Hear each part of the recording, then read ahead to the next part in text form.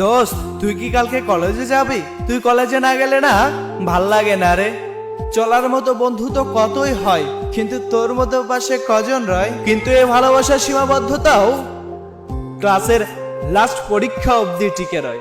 তারপরে এক একজন ভালো কলেজে চান্স পায়, আর পুরোনো বন্ধুগুলাকে সবাই ভুলে যায়। হঠাৎ করেই হয়তো দেখা হয়ে যায়, তারপর কিছুক্ষণের জন্য কথা হয়, আবারও সবকিছু স্মৃতি হয়ে যায়। তারা কখনো ভাবতেও পারেনি জীবনের পরিবর্তনগুলা এত দ্রুততার সাথে আসবে, সবকিছু উল্টাপাল্টা হয়ে যাবে।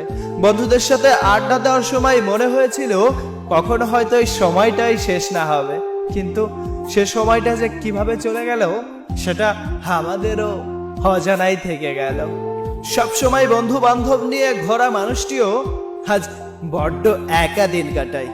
হুট করেই মন খারাপ হয়ে যায়, কিন্তু মন খারাপের কারণগুলা খুঁজে না পাই। কিন্তু একটু ভেবে দেখো, মনটা এজন্যই খারাপ হয়, এত চঞ্চল্য মানুষটা কি শুধু একা একা ঘরে কি পড়ে রয়? এই জন্যই তো বারবারই মন খারাপ হয়ে যায়। ফিরে পেতে চাই সেই স্মৃতিগুলা। সকালে ঘুম থেকে উঠে ক্লান্তি, ওই ক্লান্ত শরীর নিয়ে দুপুরে আবারও ঘুম, বিকালে ঘুম থেকে উঠে খেলাধুলার জন্য সে মানুষগুলাকে আর পাইনি। আমাদের ছোট বাচ্চারা যখন খেলা করে তখন তাদের খেলা দেখে অতীতগুলা আমাদেরকে আবারও মনে করিয়ে দেয়। আমরাও একটা সময় এমন পরিস্থিতি পার করে এসেছি। আমরা একটা সময় এমন ভালোবাসায় মেতেছিলাম। আমরা একটা সময় বাবা মার খুব অবাধ্য ছিলাম।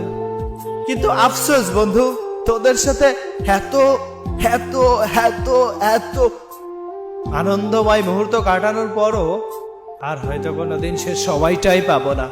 আর হয়তো হুট করে প্ল্যান করে স্কুল পালিয়ে কোথাও ঘুরতে যাওয়া হবে না। আর হয়তো কোনো কারণ ছাড়া একসাথে হাসাও হবে না। গভীর রাতেও পিকনিক করা হবে না। হবে না তোদের সাথে আর অযথা গল্প করা, কারণ ছাড়া একসাথে হাসি আড্ডা তামাশায় মেতে থাকা। সবাই ব্যস্ত হয়ে যাবে বিভিন্ন শহরে, চলে যাবে জীবনের তাগিদে দূরে, বহু দূরে। আমার কত বন্ধুই তো বিদেশ চলে গেল, বয়স পেরোতে না পেরোতেই দূর প্রবাসে চলে গেল আমাদেরকে ছেড়ে। চাইলেও পারি না সেই সময়গুলো আরো একবার কাটাইতে। সাইনিং অফ, ইকরামুল বিবি।